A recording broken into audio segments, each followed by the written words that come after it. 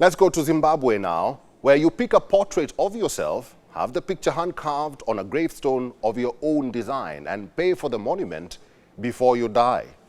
That is how a former banker has turned this business into a huge success. Here now is his story. This is Harare, the capital city of Zimbabwe.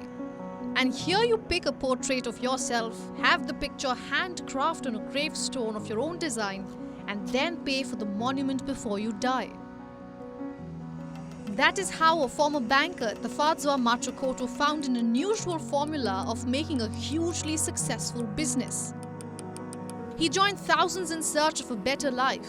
A year later, after a not-so-rosy stint, he returned to live in Rugari, a rundown district of the capital of Harare, where the big business is making tombstones. Competition in the funeral sector is ferocious, and Machakoto, pardon the pun of course, quickly learned that he had to think outside the box. This is not done by anyone. This is art, pure art, which is actually something you don't learn, but something that you're actually born with. So we also have to appreciate these guys who do it, because it's not an easy task to do. I certainly learned this art form with help of myself, but with help of anyone, just do it all alone. Engraved portraits of the dead are a common sight in graveyards in Europe and elsewhere, though they are usually etched by laser.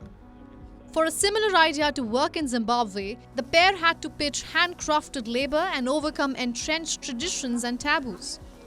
Funeral styles in this southern African nation are often conservative, and it is typically the responsibility of the bereaved, not the deceased, to choose the monument.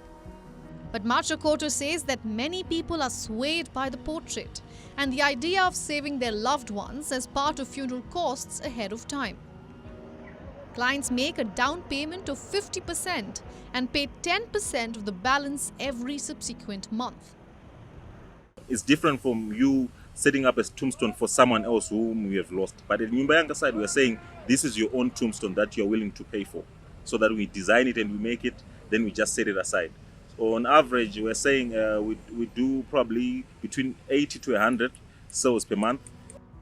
One client is Jessica Magilazi, a 43-year-old Zimbabwean based in South Africa, where she's a domestic worker. She lost her mother when she was still an infant. Her family had no picture of the mother except for the mugshot she had used in her passport, and thereby to the tombstone. When I look at the portrait, it's like I'm seeing my mother in real life and I'm talking to her. We did not have her picture, but one of our uncles said he had her passport.